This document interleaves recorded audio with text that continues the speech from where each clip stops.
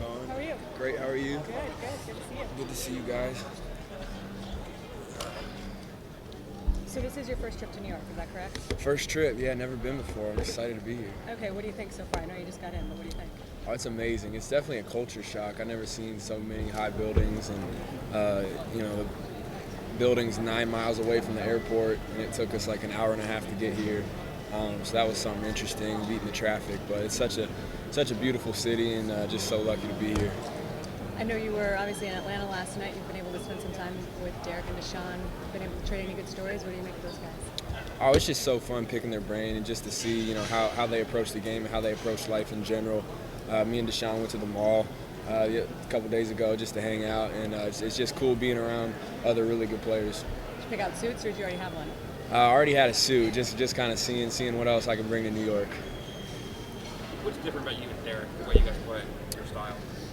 Say he's a lot bigger than I am, but I'd say he's more a downhill runner, but he's so good at everything too. I think people take that for granted. He can beat you with speed and quickness as well as power football. But I think I catch more balls out of the backfield and do a little stuff in the slot, as well as some outside run plays and kick return and punt return. You talk to him at all? Do you ever see him much play on TV? Oh, definitely. Yeah, I mean, you turn on the TV and check the highlights, and he's always up there. He's a guy that's going to be highlighted every week because he's such a great player. You give us your prediction for the semifinals and national championship? Oh, someone asked me that the other day, and I have no idea. I just hope they're two really good games. I'm excited to watch them. Stanford's a pretty good school academically. What are you studying over there? Were you thinking maybe coming to the Ivy League? No, Columbia could have used you. I haven't declared my major yet. We do that at the end of our sophomore year, and so I'm probably going to do science, technology, and society. It's a little bit like a business undergrad major because we don't have a business undergrad, and go into innovation technology. So that includes some computer science stuff and stuff along that line. I think Danny Luck studied mechanical engineering. I don't think we've been in touch with him. Yeah. He's a small alumni associate. Yeah, he's a lot smarter than I am. So I don't know if I could do the whole ME major, but he's an unbelievable person, and just to see what he accomplished, and texted with him a little bit the other day just to see how he approached all this and how he handled all this, and such a good role model for all of us.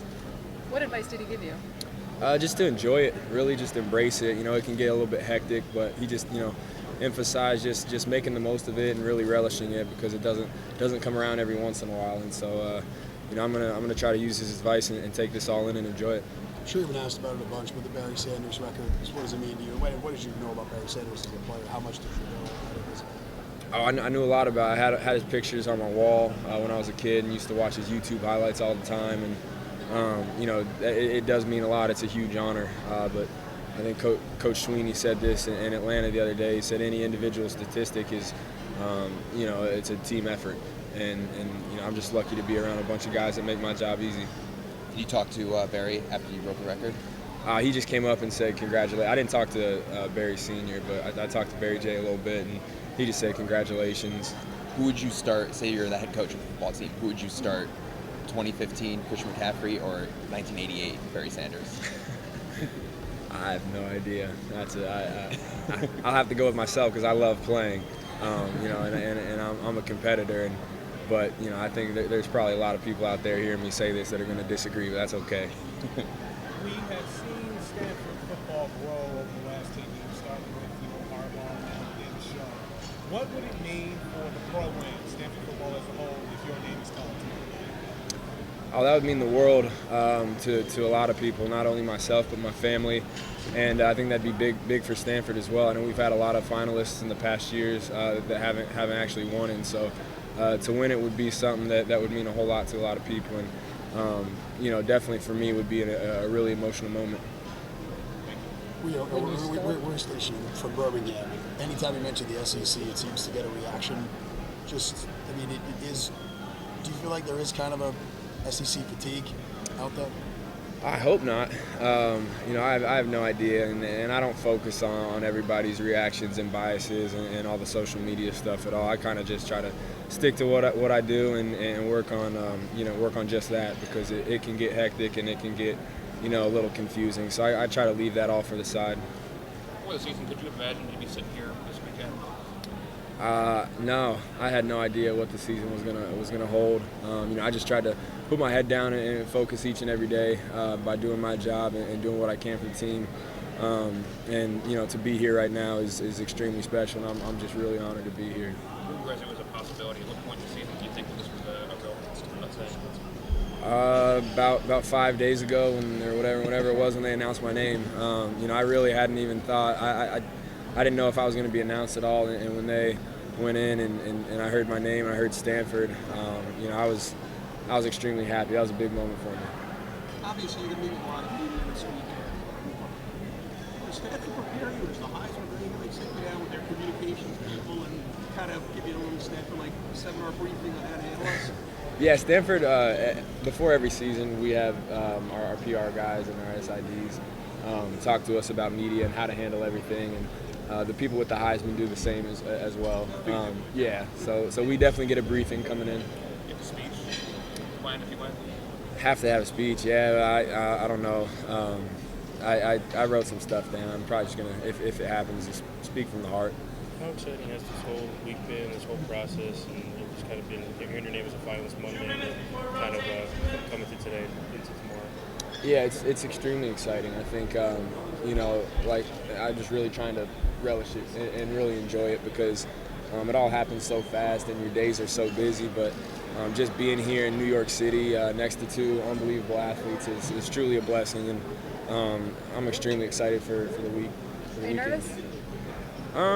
I'm not nervous, no. I mean, I think it's all out of my control. And so, I've played, and we still got one more game left that I've definitely kept in my mind. But it's not in my control. I haven't. I just have to sit back and see what happens. Who are some other players that you think could get here that should be here? Oh, there's a lot. I think there could have been 10. I think Baker Mayfield's a guy who could definitely be here. You look at the season Corey Coleman had, and I think he could be here. But there's so many across the country. Trayvon Boykin, and I think this was an extremely talented year. Leonard Fournette as well. There's a guy who was locked in as the Heisman for 9 weeks straight. It seemed like, and I think there's just a very talented year and a tough pick. So I'm blessed to be here. Christian, I was going to say that, usually the Heisman tends to be like the pinnacle of a career, and it usually is the thing that sort of culminates a career. As a guy who has at least one more year, if not 2 years left in college, what kind of perspective does it give you kind of coming to this thing, knowing that, hey, I could be back next year, and I have so much more of my career in front of me? Oh, it's motivating.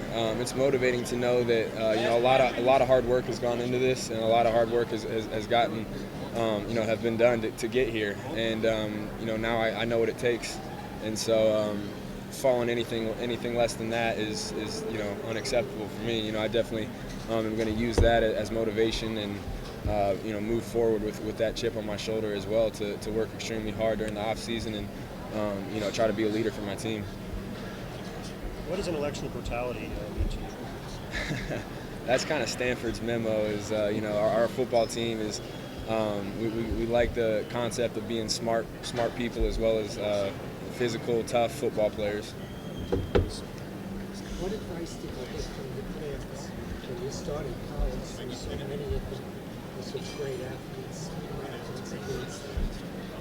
Yeah, I was just fortunate enough to have so many people in my family who have gone through college as college athletes, and my parents just told me to work extremely hard because that's really how you achieve anything. No one really gets anything done without hard work. It takes a lot of hard work, and it takes a certain mentality to want to do something. And they just encourage me to whatever I set my mind to, do it with your best and enjoy it because you're young once and it goes by really fast. I can't believe that my sophomore season's coming to an end already. It feels like yesterday I was walking on my first practice field, and so just enjoying the moment, and they've been so great and so supportive of me and encouraging. So it's been a lot of fun.